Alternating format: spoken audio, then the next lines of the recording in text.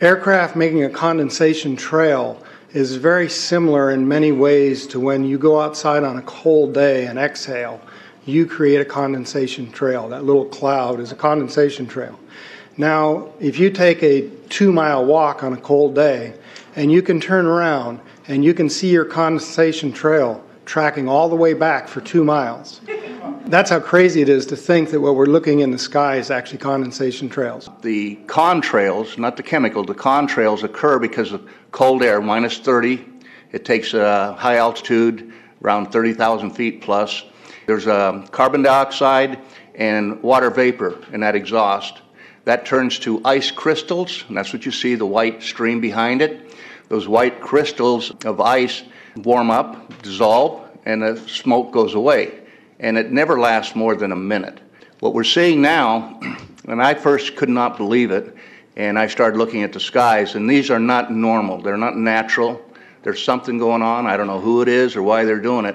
All I can testify is it's not natural and it's not normal. It's got to be some outside influence doing that. Thank you. I'm here to give you testimony that chemtrails, they're not contrails, are indeed real. They're spraying almost every day. I watch the clouds and watch the spraying program going on.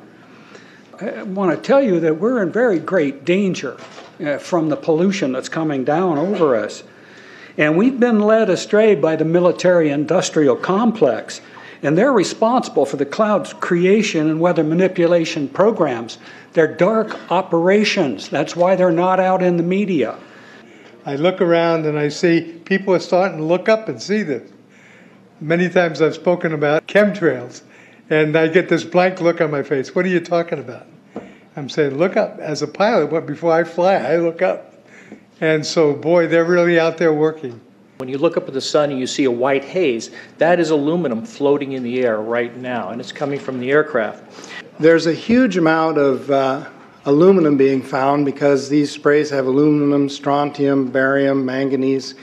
And there's a lot of argument that aluminum is very common to be found. But aluminum is only common in a bonded form. It's not common in a free form, and we're finding high rates of free aluminum in the soil, which is not natural. The metal compounds that are being used are environmentally dangerous. We need to be monitoring them. We need to be testing them. Okay, these previous guys, I've watched exactly what they do, and yes, they are correct. I've seen exactly the same stuff, so ditto marks on those. You want some figures? Okay, latest water test, tested the rain. 13,100 micrograms per liter of aluminum in the rain in 2013.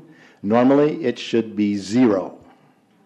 So 13,100 is pretty damn much, folks. It used to be 0, then it was 100s in the 2000s, and then since 2010, it's into the 1,000s and the latest 13,100.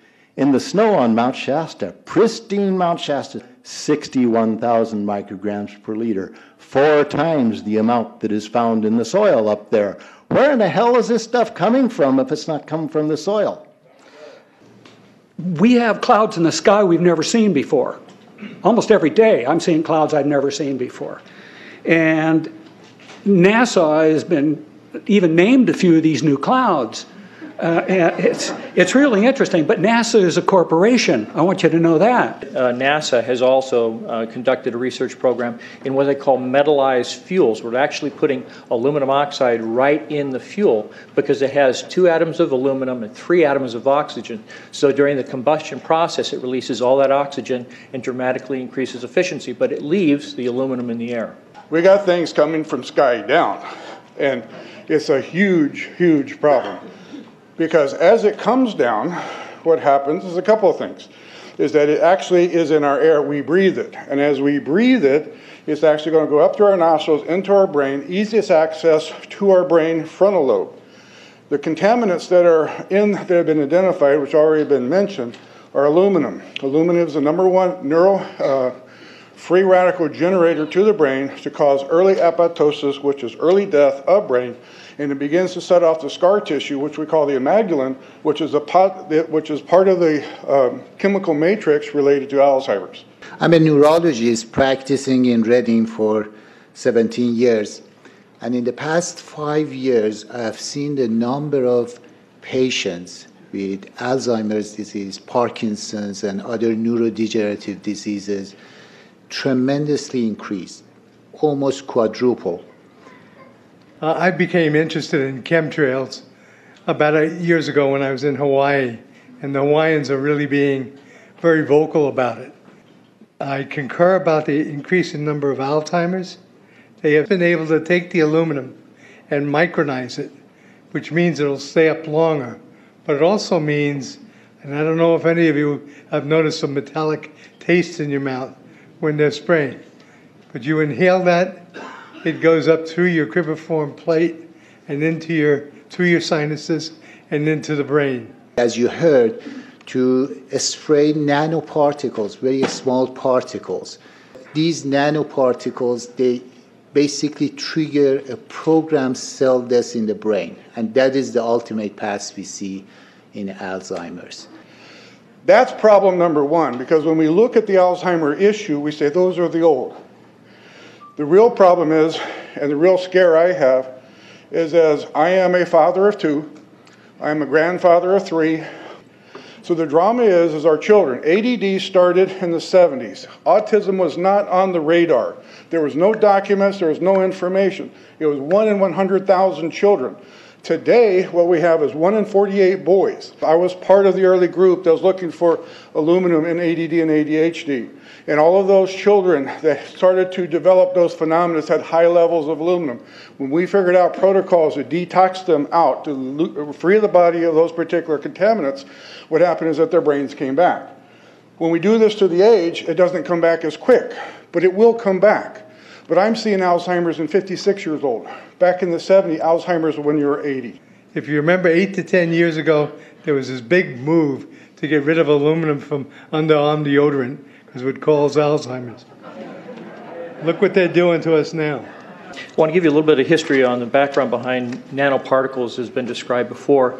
A nanometer is 1/1000th of a meter. It's very small. In fact, if you have particles, say, that are 40 or 50 nanometers across, you can take and line 50 of them up next to a single red blood cell. These things are extremely tiny. They're pervasive. The collapse and decrease of agriculture is something I worry about even more than the previous info about autism and Alzheimer's. Believe me, I'm seriously concerned with what I'm watching. As a wildlife biologist, I've been watching the ecosystem collapse. When you lose all your stream organisms, when you have aluminum overload in your streams, you're killing your microbial bacteria and you're disrupting the entire ecosystem. So it goes way beyond just a little bit of pollution. How did Monsanto know to create aluminum-resistant plants? I don't think I've heard anybody ask that question. Okay. Insects. I've done studies in Siskiyou County. They're at 20% of normal. The aquatic insects basically made a nosedive in 2006 to about 20% of normal. So far this year, I've sampled 200 trout stomachs. 98% of them are empty. So sorry about the trout fishing, fellows. The mayflies, stoneflies, dipterus, and caddisflies are damn near gone. The terrestrial sampling is down to about 20% of normal, except for pest species like ants.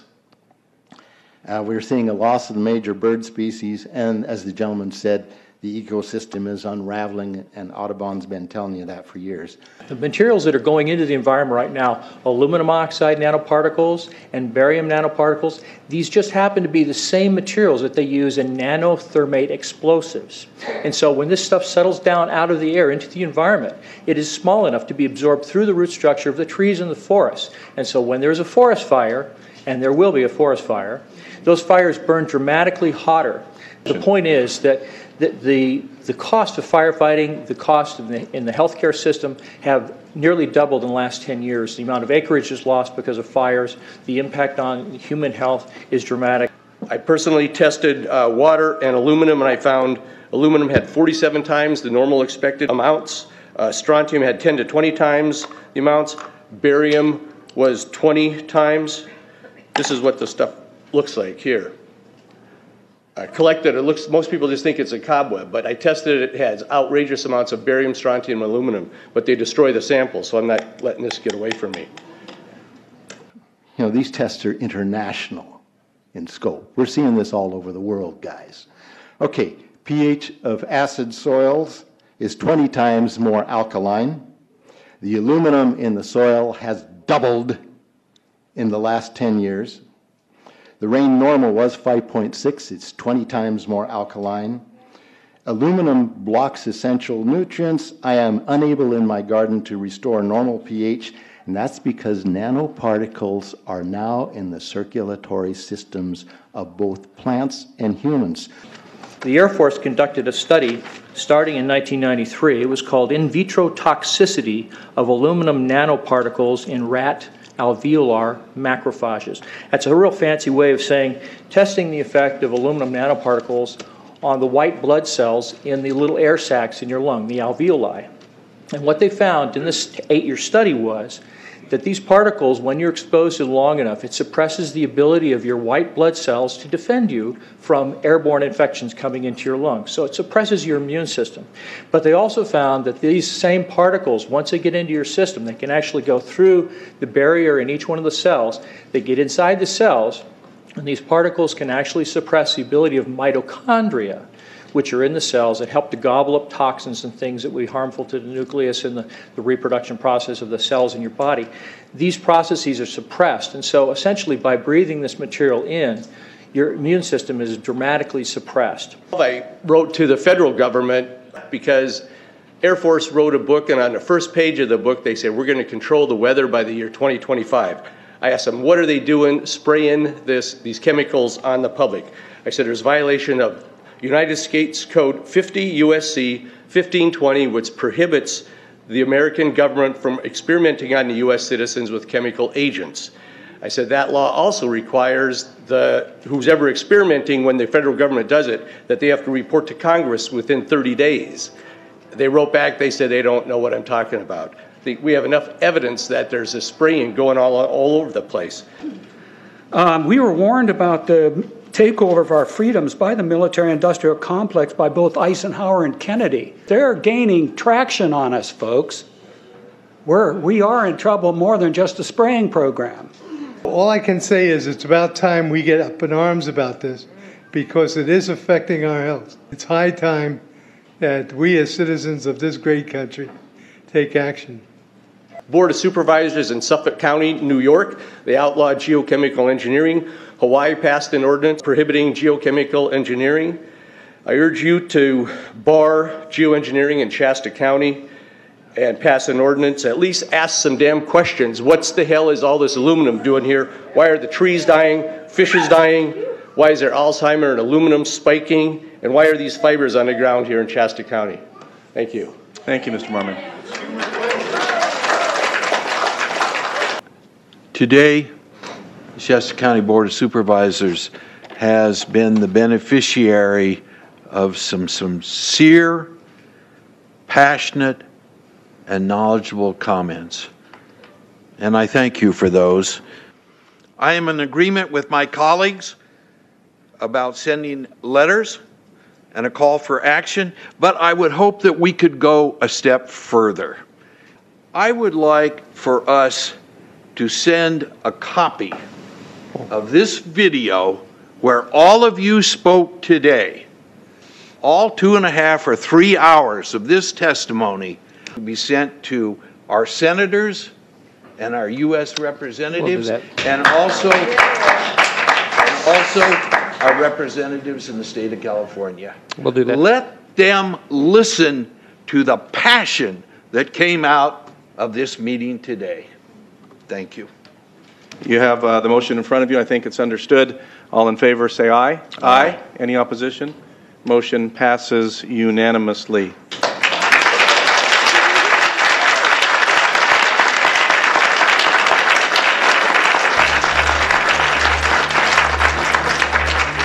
It wouldn't surprise me at all if the response is one that exceeds far the boundaries of Shasta County in terms of the platform that is offered, as evidenced by those who attended today from around the world.